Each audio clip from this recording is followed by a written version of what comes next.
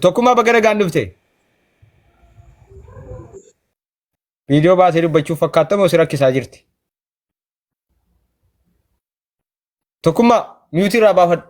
Viidiyoo wadii si dubbadhu rakkatinii yoo bakka gaariin jirres. Ijoollee taap maayik kooppi linkii taappiin gootaru taappii reekuma soddomii tokko gaa'e. Hundi keessa taappi iskiriin godhaa. Taappi iskiriin godhaa. Laayif gooliin koo guutee taa'aa jira. Ayyee galatoomaa hundi keessanuu warroonni keessa jirtanii warra jala jirtanii hundi keessanuu ulfaadhaa duraan dursi kabajatu mala ilma namaatiin walaa kabajinuu jechoota walitti darbuun nu barbaachisu. Qaamni kamuu sirna malee ka qeeqamu sirna malee ka irraa rakkoon jirullee yoo ta'e qaama kam keessattuu maqaa walii kaasanii maqaa nama walii kaasanii akka jechuun akka kiyyatti anaaf qaanyiidha. Safuu qabnaa safuu qabnaa seera qabnaa bulchiinsa biyya bulchaa jiru maqaa kaasanii akkas akkasii hin ta'u jechuu barbaade akka waliigalaa yaadachiisuu barbaadeeti. Anis qaama qeeqoo yoo qabaadhe adeemsa qeeqa malee nama sanii miti adeemsa wanti yookiin sirna sanii malee maqaa namaa kaasanii akka jechuun taatu. Ana akka waliigalaatti deeggara paartii badhaadhinaati. Waan na gaafachuu barbaadan na gaafadhaam qophiidhaan. Nu sodaachisaa wanti nuyi hime tokkummaa gaafii adeemsaa qaba. Mootummaan biyya bulchuutiifillee mootummaa naafillee mootummaa. Mirgi dimookiraasii keessatti mootii si bulchaa jiru badii isaarra dhaabattee raggatuu mirga qabda. Kuni gaafii adeemsaati mirga ragataa kiyyaa haa kabajamu. Mirga dimookiraasii keessa ragataa ni jira Tiraampa. Tiraampiin gaggargalchitii bira deebi'ee Ameerikaanonni. Anillee gaggargalchii abiyyi mira ta'uu danda'a. Dimookiraasii Tokkummaa jira eenyuun baafte milishaan nu sodaachisina milishaan faraarrayina Itoophiyaa miti kun. Dimookiraasiin jiraachuu dhabuu isaatu kunuu rakaa tokko bara namni tokko waan fedhe dubbachuun mirga guutuu qaba. Kuni ammoo sooshaal miidiyaadha malee yookaan Itoophiyaa miti yookaan Ameerikaa miti namni kamuu yaada fedhe ibsachuu abbaa fedhe maqaamuun. Dimookiraasii kuni tokko dimookiraasii የዲሞክራሲ ጉድለት ነው ይሄ ራሱ nama paartii wal fakkaatu baafna malee miti nuti hooggantoota abbaa maqaa kaasaa hin jirru hooggantoota kaafaa maqaa kaasaa hin jirru akka paartii badhaadhinaatti jechuudha. Warri mootiin keessan waa barreessee si kennan dubbachaa jirtan inni nugaa warri mootii kan dubbachaa jiran asitti kan modeetara fuudhime warra arrabse bulaarraa nama gannu buusaara. Kanaaf kan dubbachaa jirru wayi abdii kan dubbachaa jirru warri siyaasa beektan yoo ta'e siyaasa wala falminu yaada wala falminu maqaa namaas kaasoo ta'e kabaja walii dhabee maqaa mootummaa biyya bulchaa jiruuti uummata akkatti naqni waa jedhanii abdiidha isaan meedaanis akkatti jiru kaaftee dubbachuun mirga ajandaa yoo qabaanne akkatti ajandaatti wal falminu yoo qabaanne dhiisaa maqaa namaa malee ajandaa biraan qabaanne ifni abaan yoo maqaa namaarraa kan akka ajandaa biraan qabdan yoo ta'e yaada wayii deebisaa fi tokkummaan hariisa abdii waa yaada wayii jechuun ni barbaada. Kabirratti yata abbaatu moonitarri laakka tokkummaa maal taatanii wal dhaggeeffachuu hin dandeenyu wal hubachuu hin dandeenyu adeemsa. Beekaa isin ilaalaa jira. Namni asirraa waa walitti darbatu illee jiru yoo jecha wayii taate malee namni asirraa walitti darbatu hin jiru milishaallee miti nuti. Milishaan qaama nagaa kabachiisu keessaa tokkummaa na dhagaye jedhaaraan. Tokkummaa dhaga'ama. Sirri dhagaa. Warri paartii mootummaa ijoollee abaa'us keessa jiran asitti rasaasa of hirkaan qabanu akka waan rasaasa qabanutti hin ilaalina waan dhukaasan hin qabanu as keessatti harka duwwaa jiru itti meen ture dheengadde gaafa olteettan meeshaa hiikkadhaa seenaa dheeraanii hiikkachuun dirqama hiikkatanii dhufu waan ta'eef asitti warri mootummaa deeggartarus ta'e qaamni kamuu warra hidhannoon hiikkatanii seenu gaafa waltajjii seenu hidhannoo of hirkaan qabanu ka jawaariin deeggarus jiraachuu danda'u waan ta'eef amma yaadni isaa gara jawaar akka inni deemudha booda irra deebi'ee kan inni kaasuun barbaanna. Ka jawaariin deeggarru silaa qalamaa darbatu malee rasaasa darbatanii hin beekanu waan ta'eef hin beekanu jechuun hin qabsaanu jechuun miti arraba namaan cabsinaati. Amma qabsoo hidhannoo irra hin jiran qabsoo karaa nagaa jechuu barbaadetanii gara tokkummaatti hin deebi'a. Tokkummaa baga nagaan dhufte gara yaadaatti darbinu egaa waan kaa'ul irratti yoo yaada qabaatte dursi eegali. Tole ulfaadha. Anammoo waan guddaallee dubbachuuf yeroo illee nungittu beektan osoo haasaa illee fedhii keenya guuttachuu hin dandeenyu. Fedhii nama guutuu rabbii tokko jeete malee wanti kamuu guutamuu hin dandeenyu. Garuu waan amma lafa jiru realitii makatamaan lafarra jiru irraa yoo dubbanne waa wayii muraasa irraa dubbadhee tuquu danda'a malee xumuruu hin danda'u. Ka'umsa guyyaa sadii afur hojii kan kee hojii manaa godhattee kaatee haala nageenya biyya keessa irraa kaasaa turte irraa teennes ilaalaa turree duraan dursa ulfaadhu. Siif kabajan mala. Namallee manallee bantee namallee wali fiddee haala jiru maraa laalaa jirta xiinxallaa kan keetiin warra bisii kenne laalaa jirta. Gamaa gama naayyuu jecha walitti deebisuudhaan durallee ka jedhe yaada walitti deebisuudha yaada. Ilaa eebalu innee maqaa namaa kaasuu irra sirna jedhaa haa deemnu jedhaa jiran adeemsaallee akkasitti tola waan ta'eef. Maqaa nama kamiituu kaasuu hin barbaadan. Uummata Oromoo hunda isaatuun jaaladha ni kabaja. Adeemsicha waan hojjetamu keessa wanti hafuu danda'a. Ana fakkeenyaa paartii badhaadhina deeggara jedhe ofirraa ka'an. Ofirraa nama quba qabuutti ofi quba qabu nu barbaachisa waan ta'eef. Waan hojjetamaa jiru jira hanqinni jira hanqinni jira. Utuu hanqinni jira jedhanii wal gaafatanii hanqinni sun akkamiin furamaa irra deemneeti irra furmaan hin dhufu yaada jedhu barbaadeen. Oluma kaafnee maqaa namaa kaafnee akkas jechoo irra namni waan dalagu keessatti ilma namaa ta'ee namni waan hin dogongorre hin jiru gama nageenyaa ta'ee gama diinagdee ta'ee gama hawaasummaa ta'ee gama siyaasaa ta'ee qaama biyyaa bulchaa jiru kana keessaa sirna yookiin sirna kana jalatti wanti hafe jira yoo jenne jira. Dhugaa jirtu dabsuun nu barbaachisu bara. Akkamitti fooyyeffachuu dadhabdanii sila nama gaafachuu qaban. Erga biyya bulchaa jiraattan qaamni mormisuun jechuudha. Akkami waan kana fooyyeffachuu dadhabdan kan jedhuufillee osoo namni gaafatu deebii kennuu dandeenya. Waan hojjetan keessa hanqinni ni jira qaama hojii hoogganan kana keessa iyyuu hanqinni jira icciitii silaa mariin taa'ame keessa namni baasee dabarsaa jira maal goonaa somna jira qabatamaan lafa jira wanti hojjetamaa jira waan hojjetamaa jiru kan akka galma gahuu dhooggaa jiru hoomaa keessa jiru. Siyaasaanii badhaadhinaa qulqulluu miti jechuudha icciitiin bahee kennamaa jira gaafa jettu basaasatis hin keessa jira. Okay ela fakkeenya wanti tokko yeroo baay'ee amma wanti obbo Jawaar taaksu waan asii qabatama ergamuuf kun sobaa miti. Kanaaf Jawaar nama sin keessaa qabaa jechuudha. Dhaaba sirriitti akkamitti hin qabne maa sobuufan fakkeenya nama as keessaan qabu jenne shayxanni ergine kompiitara irraa yookiin laaptooppii irraa ergine waan san jira nama jira. Thank you. Jawaar rakkoo isinirraan gahuu danda'a jechuudha wanta dhugaa dubbataa jira waan ta'e. Icciitii bahaa jira sin jedhee rakkoo gahuu danda'a osoo hin taane icciitii bahaa jira waan dalagamu fe'eessa icciitii bahaa jira jechuudha. Jechuun wanti nu walii galuu danda'uudha qabnu wantuma dhugaa maxxansaa jira jechuudha waan icciitii bahe Jawaar. Ela fakkeenyaaf tokko kaatti beekuu qabdu waan ani jechuun yaada kaafte kana kallattumaan deebisaa deemnuufanii Jawaar icciitii paartuma keessaa bahedha jechuudha wanti ni maxxansaa jiru. Wama hojjetan keessaa hanqinni dhabamuu qaama qulqullaan kamillee hin jiru jechuudha. Hanqinoota ni maxxansaa jiru hanqinoota paartii keessaa bahee jechuudha. Namoonni sin faana jiran dabarsanii kennanidha jechuudha wanti ni maxxansu. Kennu jiran. Okay itti fufaayyee. Kanaaf waan hojjetamaa jiru keessatti ammoo dhugaa jirtullee haaloon nu barbaachisu jijjiiramni erga mootummaan kun dhufee jijjiiramni dhufee hin jiru. Uummanni nam tokko hin fayyadamnee kan mana keessa kaa ture taa'ee caqasaa ture waan ta'eef gaafii biraatti nu ceesuu nu barbaachisa barbaadeetan kan warra dhaabannee waa dubbachuuf yaada kennu nu barbaachisa. Fakkeenyaaf haga sirni kun dhufe yookiin mootummaan Oromoo dhufe waggaa 8. Waggaa 8 kana keessa jijjiiramni dhufe maaltu jira? Oromoo maaltu siqee maaltu siqee? Waggaa 8 isaatti tun darbini waan sii kaasa. Rakkoo Jawaar dubbatu kun egaa icciitii keessa isin hojjetaa jirtan ta'e maal rakkoo Jawaar dubbatu kana sirreeffanne wanta Jawaaritti kennamu maaf hin dhabsiiftanu caasaa keessanii wantoota sirrii hojjettanii wanti inni maxxansaa fakkeenyaaf waan dogoggoraati dogoggora maxxansaa waan dogoggora mootummaa hojjetu. Egaa Jawaar dogoggora keessa maxxansaa jiraate dogoggora keessa sana maaf hin sirreeffattanu re? Ela tokkummaa wanti namni kamuu beekuu qabu watillee beekuu qabdu gaafii ati gaafatu sirriidha. Gaafii sirrii kun wantummaa yeroo takkaan ka'ee qulqullaa tokko jiru fakkeenya hooggansa tokko bakka jijjiirta dura. Bakka jiru irraa bakka jijjiirta hooggansa. Yoo bakka jijjiirtu icciitii qabatee jijjiiramuu danda'a. Waan san fooyyessuudhaaf yeroo si gaafatu ela dhiifama eegaa. Waan si hubachiisa. Rakkoo sana icciitiin qabu osoo hin taane rakkoo sana maaf furmaatan guutanudha gaaffiin si galee. Rakkoowwan biyya keessa hin jiranis jechuu hin danda'amu sun jedhee bar jalqaba sii kaaseyyuu. Rakkoon sun maal dafee furmaata argatuudha jechuudha. Isaa furmaata maal kenna jechuu keessanii? Yaa. Isuma sii dhufaa jira bara. Wanti yeroo takkaan fuudhamu hin jiru jechuun giyaallee bara isuma sii dhufaa tureen. Na jalaa achi butatte malee wantuma kamuu yeroo takkaan furtee qulqulleessuu hin dandeettu. Halkan tokkotti miti waggaa tokkotti qulqulleessuu hin dandeessu. Sababni isaa maal naan jettee na gaafachuu dandeetta. Hooggansarra jiru kuni saba Oromoo qofaa miti. Hooggansi kun qulqullaan rabbi tokkocha malee hin jiru. Wantoonni nama jalaa hin hafaasin jedhee jiran jalqabuun. Akka ati itti deemuu barbaaduu fi akkaataa ati biyya kana qabattee ati deemuu barbaadduuf an deemuu barbaadu garaagarummaa qaba. Garaagarummaa isaa kama gubbaa kana argaa jiru kana jechuudha.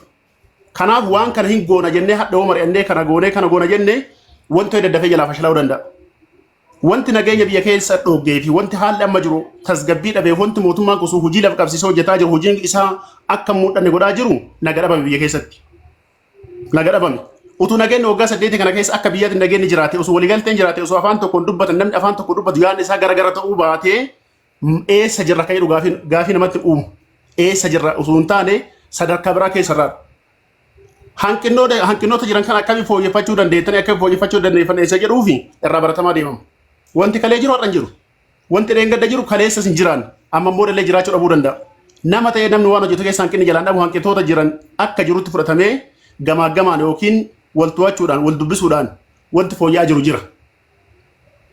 Akka waliigalaatitti akkanumaan achuma qabnee badhaadhinni nam tokko fooyyessee hin jiru nam tokko hin jiranii cibilibliqi maal jedhan kana jedhamu kana qofaa miti dubbiin. Jira jijjiiramni sirriitti. Mootummaallee jira, jijjiiramnis jira. Uummata keessa rakkoon jiraachuu danda'a, hooggansa keessa rakkoon jiraachuu danda'a. Uummanni jidduu kana miidhamaa jira, jira, miidhamni jira dhugaadha. Isa maaltu maaliin miidhamni kun dhufe ka jedhuufi waa walii argaa jirru. Waliigaluu dhabuun paartiin siyaasaa Oromoo uummata miidhaa jira. Maal goonaa somna? Bara arba wali buulamaan jidduutti margatu miidhamaa jedha Oromoon. Jechuun tokkummaa waa danuu kaafteeti galatoomi. Xiqqoo isan seeqadhu waa biraan itti nan fudhatini. Jawaar qabsaa'aa dhugaati moo qabsaa'aa dhugaa jechuu dandeenya moo qabsaa'aa sobaa jechuu ni dandeenya moo biyya ijaaruuf jechuu dandeenya moo biyya diiguu jechuu dandeenya. Jawaar akka dhuunfaatti hordoftoota hedduu waan qabuuf maaliif kaaftinaan jechuu akka tinaan hin jennee fi namoota isa hordofu akkumati jettu caasaa keessaallee egaa hooggansoota gurguddaa waan qabuuf Jawaariin qabsaa'aa dhugaati jechuu dandeenya moo qabsaa'aa sobaati jechuu dandeenya. Asirra yaada kennuun barbaadan. Maaliif? Mirga. Amara opiniootiin isoo dubbiin kallacha galtan dandeettu. Obsi baastar. Waan barbaade jechuun mirga qabda. Ani garuu waan Ayyee itti fufi rakkoon qabu itti fufi yaada kee hayyee. Kabraa gaafadhu. Okay shee waraanni bilisummaa Oromoo kuni hanqina uummata Oromoo gaafataa jira moo dantaa dhuunfaa isaatii fidhatee bosona seeneettata? Dantaa dhuunfaa isaatii fidhatee bosona jira. Gaaffiin Oromoo deebi'eera. Gaaffii Oromoo ka deebisu waraana bilisummaa uummata Oromoo qofaa miti. Gaaffii uummataa ka deebisu uummataa fi qaama biyya bulchaa jiru kana waliin ta'anii mariidhaan deeba malee kanaan hin deebu. Waraanaan gaaffiin deebu takka illee hin jiru. Waraanni wanta jijjiirama fidee ammallee achi mootummaa kana fonqolchee iddoo kana fidee gaaffii uummataa deebisu illee hin jiru. Dhiifama aga tokkummaan dhufuuf gaaffii wayii isaa gaafadhu. Aga tokkummaan dhufuuf. No deebi'eema. Okay, thank you. Dantaa dhuunfaati waan jettu kaafteetta. Gaaffiin uummata Oromoo hundinuu deebi'eera moo hin deebineettati? Gaaffiin uummata Oromoo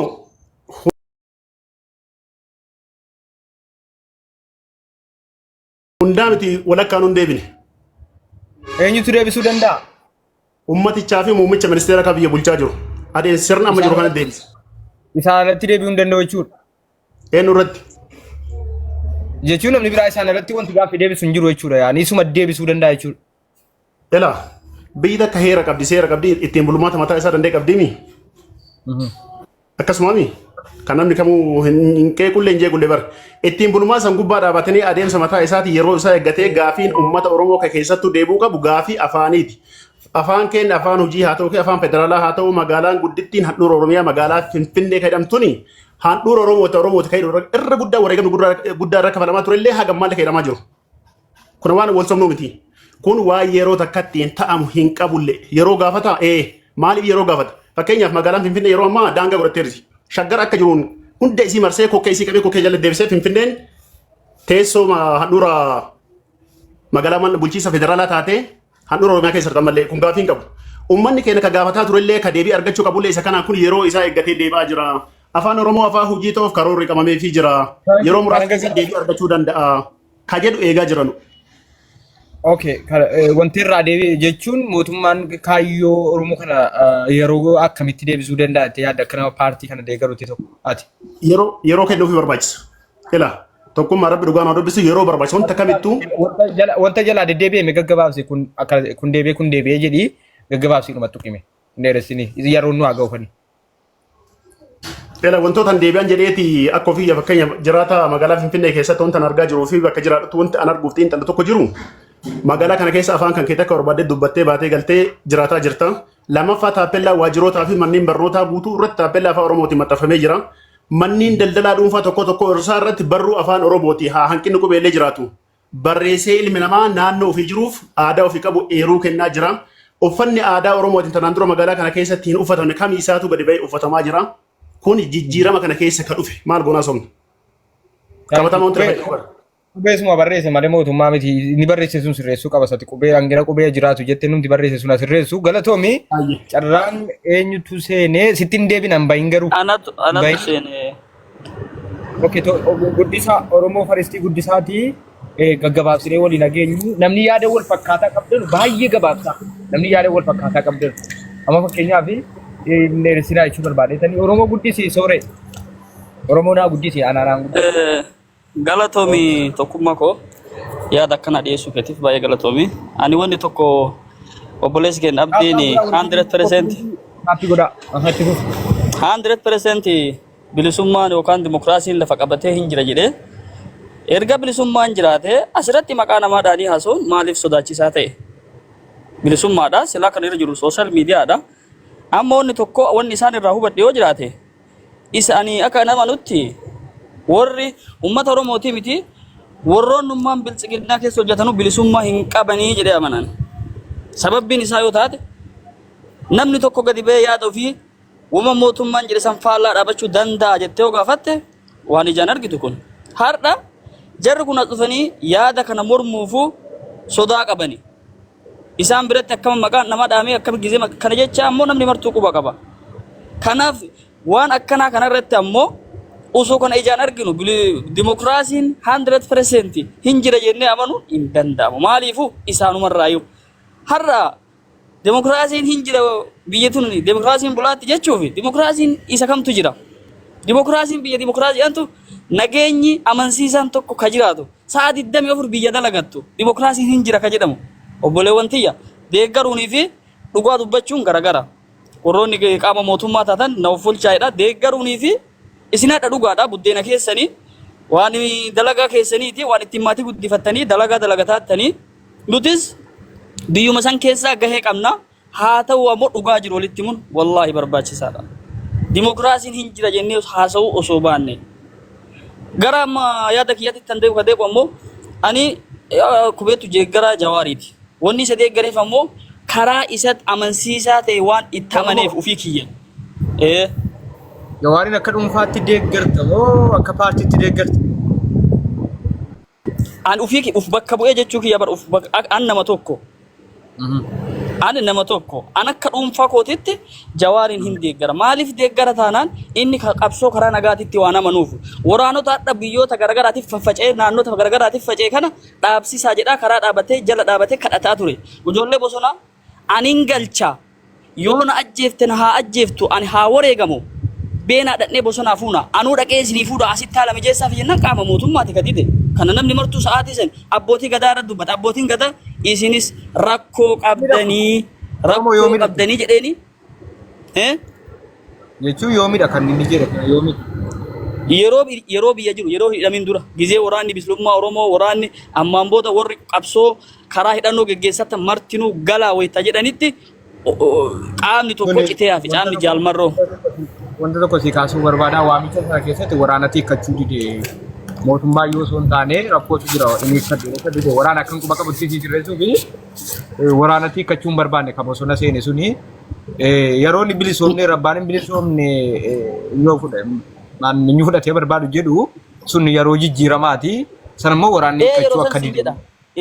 Yeroo sanitti mootummaan illee akka isaan barbaadanitti haala mijeessini. Fakkeenyaaf gaafa adbeenu barbaanne rakkoon jira waan jedheef naman jedhee waraanumatti walii galte mootummaa walii waan dhabeef Jawaariif mootummaa osoo hin taane waraanaa fi waraanatiin hiikkadhu. Jawaar yeroo sana mootummaa sappoortii godhaa ture waraanatiin hiikkadhu jedhe sana mootummaan fi rakkoo Jawaariin mootummaa gidduu jiru ittiin fudhatin jechuudha. Ila tokkummaa gizee sanitti namni kamuu sooshaal miidiyaa jala taa'ee isaa 20 hordofa.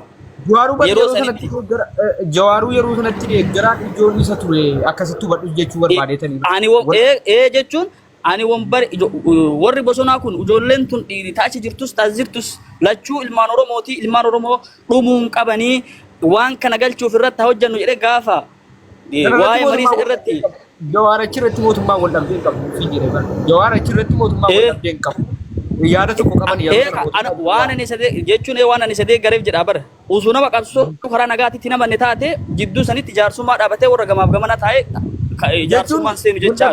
Akka itti fudhatetti wal dhabdee mootummaaniif Jawaar gidduun achi yeroo sanatti yaada tokko qabu mootummaaf Jawaar amma leera kee deebisan sitti maa? Yeroo sanatti jiru jiru dhugaadha. Yoo akkasii akka yaada keetti waraanatu galuu dide yeroo sanatti galee mootummaa fi Jawaar achitti garaagarummaan qaban turan. Beeka namni kamuu hin beeka ijoolleen abaa'uu beekuu danda'an. Hin beeka sirriidha. Gizee sanitti garaagarummaan qabanii sirriidha sun. San mormi sun dubbii jiru. Haa ta'u ammoo amma achi asitti yoo as deebinee jennu haaluma amma jiru kana yoo laallee jenne dhugama dimokiraasiin lafa bu'eera yoo jenne namni martuu baadiyaa qaba baadiyaa jiraata namni baadiyaa uummanni baadiyaa akkamitti Itoophiyaan hundi ishii maddi ishii maaloo jette qotee bulaa fi horsiisee bulaadha. Har'a waan isa irratti dalagamaadha. Qotee bulaan akka fedhu qotatee bulaadha. Horsiisee bulaan akka fedhu horsiisee bulaadha. Waan barbaadu argataadha. Kan ammoo warruma yookaan paartii hooggananii fi warruma achi keessa jiraatutu beeka. Har'a gizee ammaa namuma tokko biyya taa'ee mootummaa qeeqee bariisa guyyaa lama sadi caalan turu achi keessa hin beekama. Kun namni martuu hin beeka. Moolsobuun ammoo hin barbaachisu. Godina Jimma aanaa saxxammaa keessatti jaarsa manguddoo gaafii inni maaf akkana godhanii akka itti dhiitan isin martuu argitani. Kana ammoo dimokiraasiin. Geera aanaa geeraati. Ana saxxamma ammoo geera. Geeraadha yalla itti hubate waggaa darbe. Osoo akkasitti manguddisiisan akka osoo manguddisiisan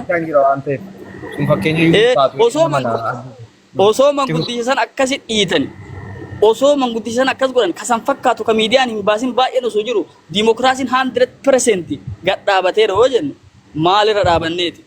Oromoon uffannummaan aadaa uffatamuuf qabsaa'e amma kama obboleessi keenya kaas uffanni aadaa taappeella kanumaaf qabsaa'e kanuma argachuudhaaf qabsaa'e namni wal falmuun rakkoon qabu wal deeggaruunis rakkoon qabu garuu maaliif deeggara akkamitti deeggaraadha namni dhuga warroonni amma mootummaa deeggaranis sitti meedhani irraa waan gaariin eegina maaliifu amma dubbii tokkummaan ati waa gaafattee jennaan sanan man deebisuus hin jedhe mootummaan kun yoo kufaafillee ta'e warruma achi keessa jiruun kufa nama biraan eegini warruma achi keessa jiruun kufa mootummaan hin kufne hin jiru garuu inni kufu qabsoo hidhannoo immoo qabsoo karaa nagaatiin kufa qabsoo karaa nagaatiin kufa hidhannoon kufuu hin danda'u hidhannoon ani itti namanu hidhannoon hin kufa jecha jedhu hin amanu gaaf duraallee sii kaasee ture akka yaada keetti kufuu hin danda'u miti hidhannoon hidhannoon hin kufu atamma deeggaraa Jawaarii adeemsi Jawaar amma deemaa jiru mootummaan kun ni kufa hin kufe maaf kadaan durallee kufee itti mul'iseera waan ta'eef isaanuu kana beekaniif waan takkatti Jawaar laxxafe nama 50tu deebii kennaaf waan takkatti inni poosti godhe amma ministeerri baa jira jedhe qabu waan tokko amma nageenya isaatiif dubbachuun hin barbaachisu waa'ee tokkummaa nageenya isaatiif dubbachuun hin barbaachisu waan inni jedhe sani maaliifuu innis wanni dirqamsiisee waan san keessa isa hojjisiisaa jiraachuu danda'a kanaaf mootummaan amma dimokiraasii ka jedhamu paartiinii fi waraanni garagara dimokiraasii keessatti paartiinii fi waraanni garagara waraanni kan ummataati hadda akkasi jirti waraanni kan ummataati dhugama waraanni ummatumaa na baya waraanni abaa'u sakam jedhaani waraanni ummataa miti laala waraanuma mootummaa jedha waraanuma mootummaa jedha waraanni mootummaa paartiin deeggaru laala waraanuma mootummaa biyya bulchaa jiru jedha jechuun kan abaa'u kan ummataati jechuun waraana ummataati kan abaa'u laala waraanuma mootummaa PP yookaan mootummaa federaalaa kan isin jedhu isumatu kan ummataa miti yaa waliigal kan abaa'u kan ummataati immoo kan ummataa miti kan abaa'u kan Oromooti kan naannoodha amma bare abaa'ooni Oromoo bilisa baasuuf qabsaa'e garuu mootummaa federaalaa waraanni PP baasuun danda'a akka adeemsa maatiin baasuu danda'a hin danda'a jedhee nama hin danda'u akka kiyyatti hin danda'u wal sotuu hin barbaachisu ulfaadhu hin fixanne ka daqiiqaa lama qofa ayyaa zaanii si bira azaan si gaariidha wallahi salaatuuf deemu edaayyo waraanni dhugama amma akka silaa dimokiraasiin hin jira jedhan sanitti waraanni adda abiyyi harkaa qabu kun dhugama ummata dabakaa goreeti abiyyiin adda bootu waraanni tokko bakka biyya dimokiraasiin bultu irratti siyaasa irraa bilisaa jedhama har'a namni bakka bu'ee abboo warra siyaasaa hidhu warra siyaasaa arrabsu qaama waraanaati warra waraana hidhate warra waraanaatitu deebii warra siyaasaatii kenna Dimokiraasii jechuun kana. Kanaaf an akka kiyyatti wallaahi ummanni miidhama guddaa keessa jira. Himatee illee furachuu hin danda'u. Kana ammoo galatoomi gaa mootummaan kun karaan inni kufuu danda'u tokkoof tokko adeemsuma jawaaramma irra jiruun akkas miti. Akkasii qaamuma isaan keessaatitu isaan kuffisa. Jechuun adeemsuma jawaar qabatee jiruun alatti kufuu hin danda'u. Warruma isaan keessatti caasoo walitti dhaatee wal kuffisa kun ammoo borus arguu dandeetta waggaadhaallee waggaa lamallee akkama jedhamu san guyyaas gabaabsanii yaaduun barbaachisan. Kun ka ta'uu danda'u adeemsi karaa Jawaar Mohaammed qofaan. Isa qofaadhaan. Gaafa waraanatti deebine waraanni ammoo waggaa hagam keessa akka turre qabsoo karaa nagaa jechi jedhu maalidha? Waraana armaan dura geggeeffamaa ture kan eenyu taffere yoo jettee gaafatte mootummaadha. Ayyeetti deebina galatoomi. Ayyee galatoomi ulfaadha. Salaataaf deemaara ayyee ulfaadha galatooma isin jaalladha. Akka maastariin guddisi ulfaadhu galatoomi. Yaada isaa ibsachuu danda'a ijoolleen hin ta'inaa. Akka deeggartoota Jawaaritti yaada isaa kana hin binnu nu kanis nu haa fudhatamu. Rakkoo qabu sun fedhii keeti akka hin binnu innis gurgurtaa fi midhaan deeggara malee. Eenyuudhaa guddisaa maastariin? Maastar jirtaa? Sooreen tokko jalaa ba'uun nabdu'e. Maastar! Daqiiqaa shanii naa biraatii kenna daqiiqaa shanii. Abdii Badiruu naa guddisaa. Abdii Badiruu. Sooreen tokko baddeetti fakkaataa qo'i nan sirreessaa gaa sooreen baddeetti fakkaatti. Akka deeggaraa Jawaaritti hin binnu jedhee Isaaq. Jaallattee bittaa bituun dirqama. Asuma taa'e naasaa qo'a. Namni laayif goolii kana tuquu dandeessan piliis laayif goolii nu tuqaati sooretti gallakkiftan laayif goolii nu tuqaa wanta teena laayif goolii. Abdii bagana gaannuuf teetti fufi. Bagana gaannu eddanii na gaafattamoo yaadana keessa jedhu dubbadha. Yaada dubbatamaa jiru irraa kaasii sana booda gidduu gidduutti si gaafadha akka eenyuun ta'u jechuu barbaadeetan itti fufi. Asirratti. Amma dabareessaatti dhaggeeffadhaatiin immoo obsaati dhaggeeffadhaa waan fuudhaa daqiiqaa tokko itti fufati. Waan ajaa'ibatu kaa ture mana kana keessatti keessa kan nama ajaa'ibu biliclicii minaamin wanni jedhu kun waan alanaa mormitoonni qabatanii gadi ba'anidha. Waan mucaan amma dubbatee ba'e keessaa waan na ajaa'ibe tokko waraanni kun kan ummataa miti jedhe. Kan ummataa miti jedhe waraanni. Jawaar utuu bore danda'ee aangoo kana qabateeyyuu waraanuma mootummaan hadha hoogganaa jiru kanattu aajomaa bar. Uummataatiin miti hin jennu obboleessoo. Jetteettaa dhaabi achumatti muyitii qabadhu nurraa dhaabi. Waraanni kan uummataati jedhe kan dhaabi nurraa muyitii qabadhu naman. Qaaqa micciirin ka. Muyitii qabi. Lakki qaaqa micciirin ka. Namana nurraa. Namana manneen seera qaba muyitii qabadhu nurraa. Hay sila cikkeenis dhaggeeffachuu turreemi. Waraanni bilisummaa Oromoo kan Oromooti. Waraanni mootummaa immoo kan uummataa miti. Deebii namaa deebisaa jedhe. Ijoollee tokko dhuftee asirratti illee TikTokii irratti deebii namaa deebiftu jecha waraana xiqqeessuun sirrii miti. Abiyyi boraangoorraa bu'ee dhiisee waraanni biyya sana keessa socho'aa jiru sun makalaakaa saraawitiin qaamolee mootummaa kana morman hunda fayyada. Gaafa aangootti ol ba'an jarumatitti darbee waraana sana hoggana jalatti fayyadamaa kan akkanatti beeku kun haasaa ijoolleen daa'imni haasoftuudha jechuudha walumaa galatti.